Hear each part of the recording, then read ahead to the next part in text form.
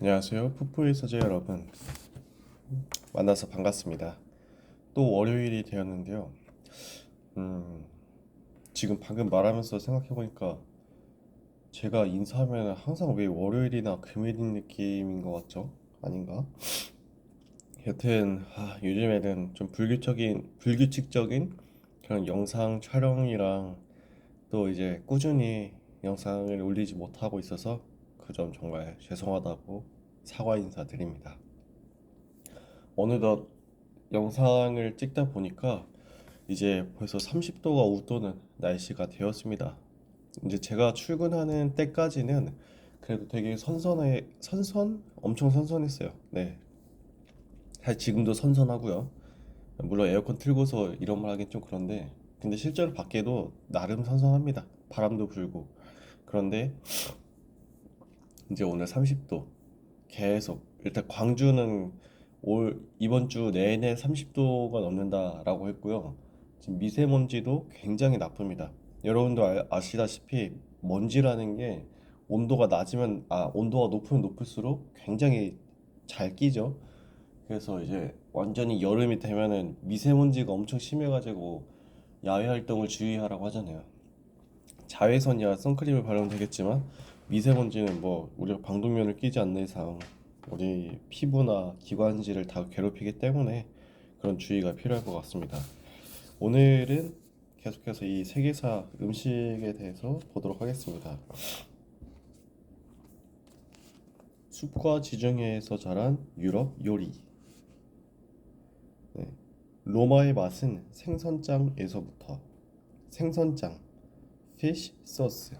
어장류는 염장한 해산물을 1년 이상 저장하고 숙성시켜 만든 조미료이다. 해산물이 썩는 것을 소금을 써서 억제하면서 생선 내장에 들어있는 효소로 단백질을 분해하여 짠맛을 적절하게 끌어낸 것이다. 쉽게 설명하자면 생선 젓갈을 최대한 액체로 만든 것이다. 바다와 깊은 관련이 있는 지역에는 죄송해요. 다양한 종류의 생선장이 있다. 작은 생선이나 새우를 원료로 하는 태국의 남플라, 정어리의 일종인 까껌 등을 원료로 하는 베트남의 느엉맘. 뭐야? 베트남의 느엉맘. 이거 어떻게 발음해요? 새우를 원료로 하는 인도네시아의 트라시 등이 대표적이다. 생선장은 동아시아 일대에서도 광범위하게 사용되고 있으며 한국의 새우젓이나 멸치젓, 중국의 위루, 일본의 숏스루 등이 유명하다. 지중해를 내해로 하던 로마 제국에서도 주된 조미료는 생선장으로 로마 요리는 생선장 요리라 해도 과언이 아닐 정도였다. 로마의 생선장은 가룸 또는 리콰멘이라고 불렀는데 소금물에 멸치 같은 생선이나 새우를 담가 2개월에서 3개월간 발효와 숙성을 거쳐 여과시킨 조미료이다. 지중해 각지에서는 고대의 침몰한 배의 지하에서 가룸 결정이 붙어있는 암포라 항아리가 다수 발견되었는데 기원전 5세기 무렵부터 가룸이 조미료로 사용되었음을 알 수 있다. 가룸은 멸치나 청어의 내장을 염장한 후 햇빛에 말린 다음 바짝 졸인 향초물을 넣은 후 걸러서 만든다. 강렬한 향이 나는 상당히 매운 조미료였다고 하는데 매운맛을 좋아한 로마인의 취향에 맞춤이었을 것이다. 또한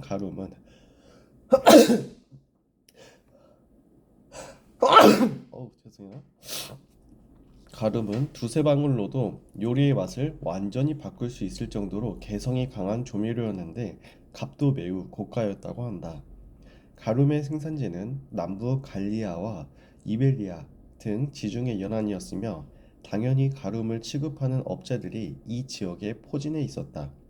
그러나 7세기부터 8세기 사이에 이슬람 교도의 정복 운동으로 지중해를 이슬람 교도가 지배하게 되면서 고대 지중해 세계는 남쪽의 이슬람 세계와 북쪽의 기독교 세계로 분열되었다. 이후 기독교 세계의 중심이 알프스 이북인 내륙으로 옮겨가면서 해안 지대에서 생산되던 가룸은 잘 쓰이지 않게 되었다. 안초비 멸치의 내장을 빼고 소금과 향료를 넣어서 반년 이상 발효시키던 고대 조미료의 흔적이다. 대형마트에서 흔히 볼 수 있는 안초비 통조림은 멸치에서 머리와 내장, 뼈를 제거하고 반년 이상 염장하여 숙성시킨 후 올리브유에 절인 것으로 매우 짠맛을 내는 것이 특징이다.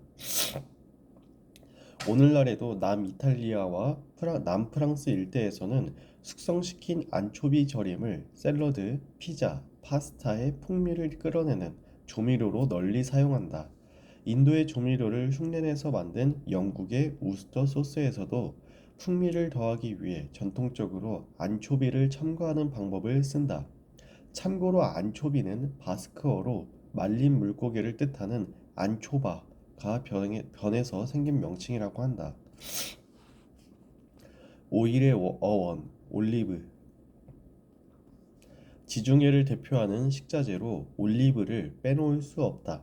매끈한 타원형의 이 열매는 덜 익었을 때는 염장을 하고 검게 숙성시킨 것으로는 올리브유를 만든다. 최근에는 콜레스테롤 수치를 낮추는 효과가 있다고 하여 아시아에서도 큰 인기를 끌었다. 올리브유는 정제하지 않은 버진 오일과 정제한 기름에 버진 오일을 넣어 사용을 쉽게 한 퓨어 오일, 그리고 가장 처음 짠해서 산도가 낮은 엑스트라 버진 오일 등이 있다. 오늘날에는 몸에 좋은 기름으로 여겨져 가정에서도 다양한 종류를 구비하고 있는 경우가 많다. 올리브의 원산지는 소아시아에서 시리아에 이르는 동지중해 해안 지역이며 5천년 전부터 재배되었다. 구약 성서의 창세기에는 대홍수가 끝나고 노아의 방주에서 비둘기를 풀자 저녁 무렵에 비둘기가 올리브 잎을 물고 왔다는 이야기가 나온다. 지중해 일대는 여름 강수량은 적지만 하층토가 습기를 머금어 축축했기 때문에 올리브나 무화과의 재배지로 적당했다.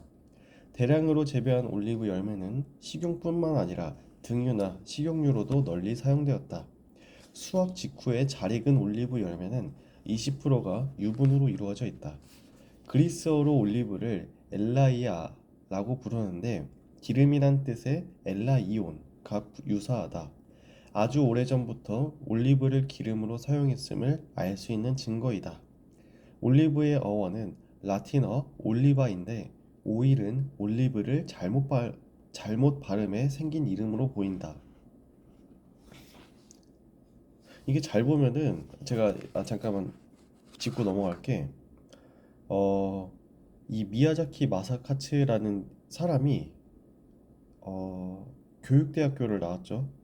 교육대학교를 나오고 활발한 강의도 하고 세계사도 많이 이제 공부를 했다고 하는데 제가 이제 이걸 보니까 번역이 잘못된 건지 아니면은 이 사람이 좀 뇌피셜을 많이 책에다가 집필한 건지 모르겠는데 잘 보면은 올리브의 어원은 라틴어 올리바인데 오일은 올리브를 잘못 발음해서 생긴 발음으로 보인다라고 했어요. 그러니까 라틴어 올리바 이게 오일이 됐다는 게 올리브라고 하는 거를 잘못 발음해서 오일이라고 한 것이다 라고 생각을 하는 거죠. 어, 근데 이런 경우가 책을 읽으면서 제가 은연중에 계속 봤는데 그냥 넘어갔거든요. 이제 막 그럴 거라고 생각한다. 그럴 거라고 추측한다.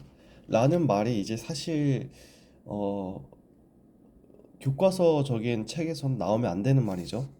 예. 제가 이제 불편한 게 아니라 아무래도 이제 이 책 자체가 세계사 책이라고 이제 명시를 했으면은 여기에는 뇌피셜이 들어가면 안 되고 오피셜이 들어가야죠. 왜냐면 정보가 잘못 기억될 수 있으니까.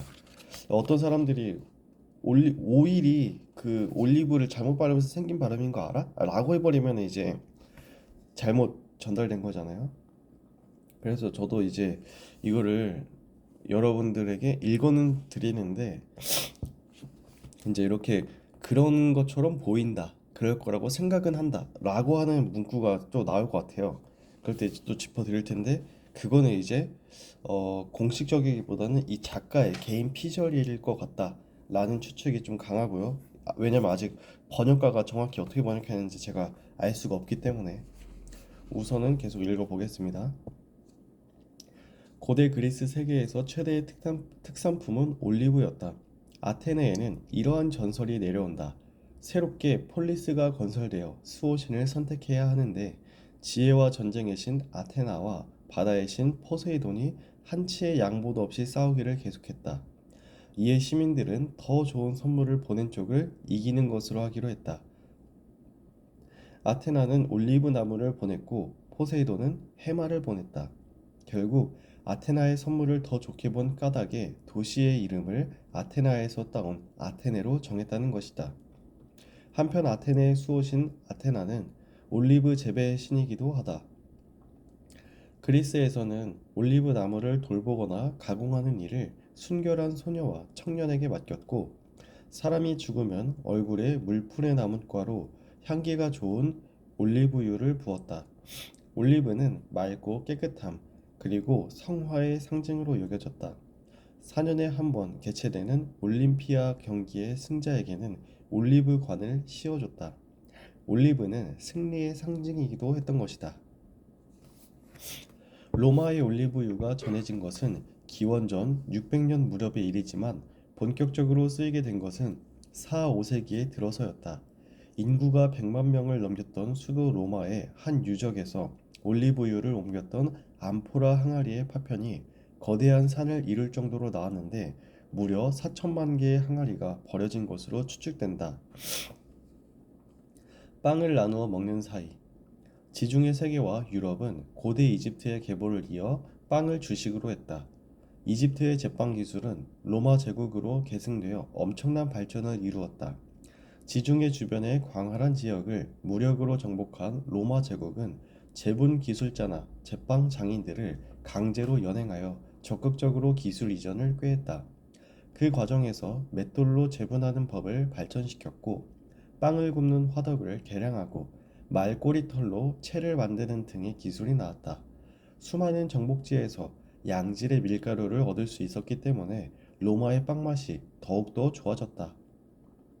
로마에는 수많은 빵 전문점이 생겼고 서기 1세기 무렵에는 빵집 조합이 생길 정도였다.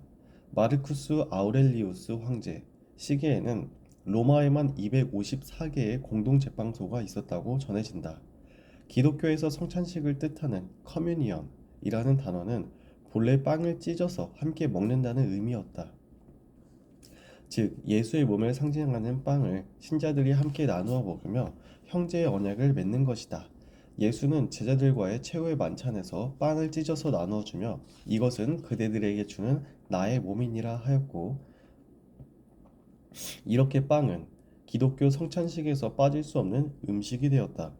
커뮤니언은 동료나 친구 사이를 뜻하는 컴패니언이란 단어의 어원이 되기도 한다. 참고로 소통을 뜻하는 커뮤니케이션 역시 같은 어원에서 나왔으며 신에게 바치는 음식을 함께 먹고 신과 인간이 교류한다는 것을 의미한다. 빵을 만드는 기술은 로마 제국의 멸망과 함께 잠시 쇠퇴했다가 지중해 상권이 부활하면서 다시 살아났다.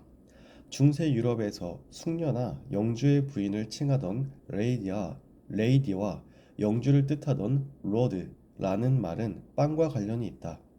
로드는 고대 영어에서 빵을 지키는 사람을 부르던 말에서 나왔고, 레이디는 빵을 반죽하는 사람에게서 나왔다. 좋은 게 아니네요. 레이디, 빵을 반죽하는 사람. 중세시대 영주에게는 빵을 만들고 관리하는 일이 무엇보다도 중요했음을 알 수 있는 흔적이다. 아마도 영주의 부인이 빵 만드는 것을 감독하고 있노라면 어느새 영주가 나와 다 만들어진 빵을 종자들에게 나누어 줬을 것이다. 1543년 포르투갈인이 일본의 다네가 섬에 총포를 가져온 그 해 빵도 함께 아시아에 들어왔다. 참고로 대항해 시대의 배 위에서 먹던 빵은 장기 보존에 견딜 수 있는 비스킷이었다.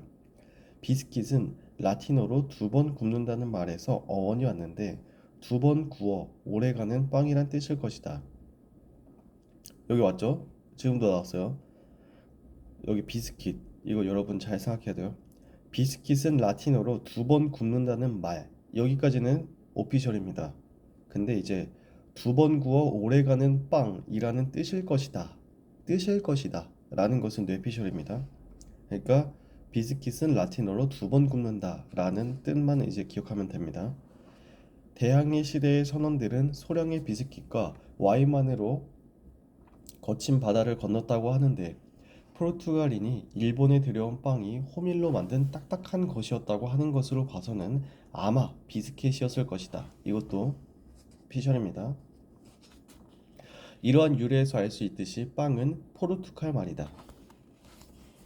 소를 살리는 인도 요리. 인간의 활력소가 된 신성한 소. 소는 오랜 세월 동안 인간을 도와 딱딱한 밭을 일구어온 몸집이 큰 가축이다. 메소포타미아나 크레타 섬과 같은 지중해 연안 지역에서 소는 성스러운 동물로 취급되어 왔다. 특히 인더스 문명 이래 인도는 흑소를 신 그 자체로서 존중하고 있다. 현재도 1억 8천만 마리의 소를 기르고 있는 인도는 그야말로 소와 인간이 공존하는 나라이다. 당연히 인도에서는 소고기의 섭취를 피했다. 인도에서 소는 죽여서는 안 되는 존재였으며 그 울음소리는 아름다움의 극치로 여겨졌다. 그러나 우유라면 이야기가 완전히 다르다. 인도에서는 우유는 인간에게 신비한 활력을 주는 영양원으로 적극적으로 이용했다. 고대 인도의 산스크리트어로 우유는 더라고 불렀는데 젖을 짠다는 뜻이다. 산스크리트어로 쓰인 대서사시 라마야나에서는 가루다가 젖의 바다를 저어가 신들의 음료인 암리타를 가져오기 위해 애쓰는 이야기가 나온다. 우유는 여러 식물의 기원이 되는 자양분이자 풍작의 상징이었던 것이다. 요구르트는 우유를 끓여 냉각시킨 것이나 전날 만들어둔 유제품을 소량 섞어 발효한 것으로 인도에서는 다히라는 플레인 요구르트를 자주 마셨다. 불교의 창시자인 고타마 시타르타도 금식 수행으로 체력이 쇠약했을 때 수자타라는 이름의 소녀에게 요구르트를 받아 기력을 회복했고, 이윽고 부다가야의 보리수나무 아래에서 좌선에 들어가 깨달음을 얻었다고 전해진다. 불살생, 즉 살아있는 생명을 죽이지 않는 것을 중시하는 인도에서는 당연히 채식 메뉴가 많고 대부분의 요리에 다히와 더불어 파니르라는 생치즈를 넣는다. 그리스 로마 시대에서도 소는 그 뿔이 달의 형상을 닮았다고 하여 성스럽게 여겨졌고, 우유는 신에게 바치는 곡물이었다. 우유에 담긴 신비한 힘을 믿었던 것이다. 이집트 프톨레마이오스 왕조 최후의 여왕 클레오파트라 7세가 아름다움을 유지하기 위해 우유 목욕을 즐겼다는 전설도 이런 맥락에서 비롯된 이야기일 것이다. 그렇기 때문에 로마 제국에서 우유를 마시는 일은 거의 없었고, 유럽에서 문헌상 우유를 마셨다는 기록은 17세기부터 나온다. 인도에서는 요구르트를 항아리 안에서 잘 섞은 뒤 가열, 탈수 작업을 거쳐 기라고 하는 버터 오일을 만들어 다양한 요리의 베이스로 이용했다. 예를 들어 쌀을 기로 볶아 먹거나 커리를 만들 때도 소스나 건더기를 기로 볶는다. 소고기를 먹지 않는 인도에서 고기 대신 우유를 기로 바꿔 요리에 이용한 것이다. 인도 사람들은 기나 요구르트 같은 우유 가공품을 먹으면 신의 에너지가 인간의 몸속에 들어온다고 믿었다. 동아시아에서는 소를 농사에 주로 이용했기 때문에 우유를 마시는 습관이 없었다. 그러다 다른 문화에 관대했던 당나라 시대에 와서 유목민의 문화를 받아들이며 일시적으로 유제품이 유행했다. 그 영향을 받아 일본에서도 나라, 헤이안 시대에 조정에서 직접 목장을 운영했다거나 각 지방에서 내야 할 세금을 유제품으로 내도록 했다는 기록이 있다. 그러나 에도 시대에는 네덜란드인의 거주를 허용한 나가사키의 데지마 섬을 제외하고 우유를 생산하지 않았다. 향신료를 혼합하여 만든 요리, 커리, 인도 하면 제일 먼저 커리를 떠오르는 사람이 많을 것이다. 그런데 인도에는 우리가 흔히 일본식 발음인 카레라고 부르는 이 음식이 없다. 인도에는 마살라라고 하는 각종 향신료를 혼합한 조미료 종류가 있는데 이 중 가람 마살라로 맛을 낸 요리가 우리가 아는 커리이다. 커리라는 이름은 18세기에 인도를 지배한 영국인이 붙인 것으로 이후 일본이 영국 해군을 통해 이 요리를 접한 후 밥에 얹어 먹는 형태로 변형시켜 일본식으로 카레라고 부르게 된 것이다. 커리에 들어가는 마살라는 강렬한 황금빛의 터메릭을 중심으로 후추와 계피, 정향, 육두구 등 30에서 40종류에 달하는 향신료를 혼합한 것으로 오늘날에는 매운맛을 내는 칠리를 넣기도 한다. 인도에는 각 가정마다 고유의 커리가 있다고 할 정도로 다양한 조합법이 있다. 인도가 향신료의 집산지였기에 가능한 일일 것이다. 커리의 어원에 대해서는 여러 가지 가설이 있지만 남인도의 타미르어로 향신료가 들어간 소스를 의미하는 카리라는 말에서 왔다는 설이 유력하다. 대항해 시대의 희망봉을 돌아 인도에 도착한 포르투갈인이 조미료 카리를 요리 이름으로 착각하여 그대로 유럽에 전한 것이 오해를 샀다는 것이다. 조미료 자체가 매우 중요한 인도만의 독특한 요리 문화를 포르투갈인이 이해하지 못해 생긴 일일 것이다. 다른 나라의 문화를 온전히 이해하는 건 이렇듯 매우 어렵다. 자문화를 토대로 다른 문화를 바라볼 수밖에 없기 때문이다. 예전에 스리랑카의 콜롬보에서 바나나 잎 위에 올린 퍼석퍼석한 인디카 쌀에 채소 건더기가 든 커리를 섞어서 손으로 먹은 적이 있는데 매우 신성한 경험이었다. 인도에서는 이스트를 넣지 않아 납작하게 구운 빵인 차파티나 난을 고기나 해산물, 채소 등 다양한 건더기가 든 커리에 찍어서 먹는다. 커리에 황금색을 입히고 고유의 향을 내게 하는 향신료 터메릭에 대해 좀 더 알아보자. 생강과의 여러 해살이 뿌린 터메릭은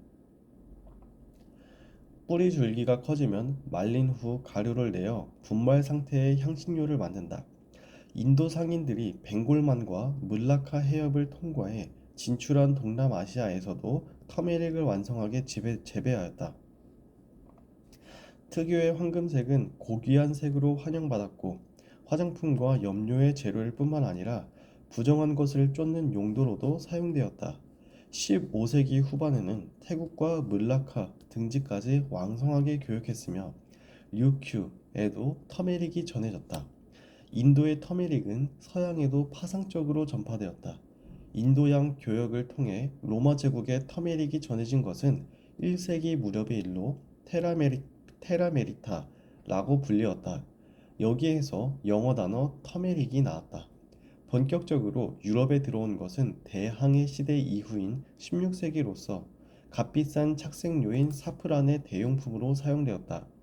인도와 직접 교역을 시작한 포르투갈인은 터메릭을 인도의 사프란이라고 부르며 사프란의 저렴한 대용품으로 팔았다.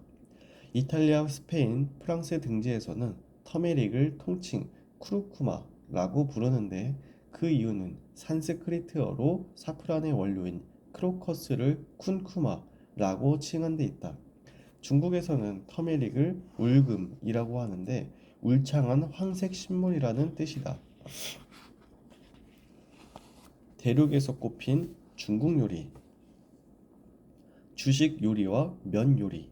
중국에서는 서에서 동으로 흐르는 5,400km의 황허강과 6,300km의 양쯔강이라는 2대 하천 유역에서 각기 다른 농경 문화가 발달했다. 건조한 황허강 유역은 반농사지대로, 다습한 양쯔강 유역은 벼농사지대로 발전하며 고유의 풍토를 살려 계통이 다른 농업이 전개되었다. 보리가 중국의 음식 문화에 등장한 것은 한나라 시대의 일로 그 이전의 황허강 유역의 주된 음식 재료는 전복과 새우였다.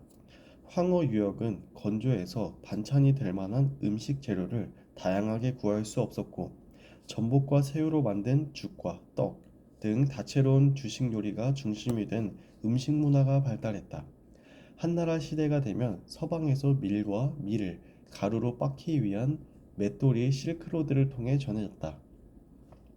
이후 중국에서는 밀가루 면을 주식으로 삼는 문화가 자리를 잡았고 밀은 전복과 새우를 이은 풍요로운 음식 문화의 상속자가 되었다. 면은 원래 밀가루 자체를 의미하는 말이었지만 얼마 지나지 않아 밀로 만든 길고 가느다란 국수를 주로 칭하게 되었다. 초창기의 면은 동그랗게 반죽하여 삶은 수제비나 완탕의 피 같은 모습이었지만 3세기 무렵에는 가늘고 긴 형태로 변화하였다. 참고로 예전 중국의 화베이 지방에서는 밀을 20%는 떡으로, 40%는 면으로, 40%는 만두로 만들어 먹었다는 기록이 있다.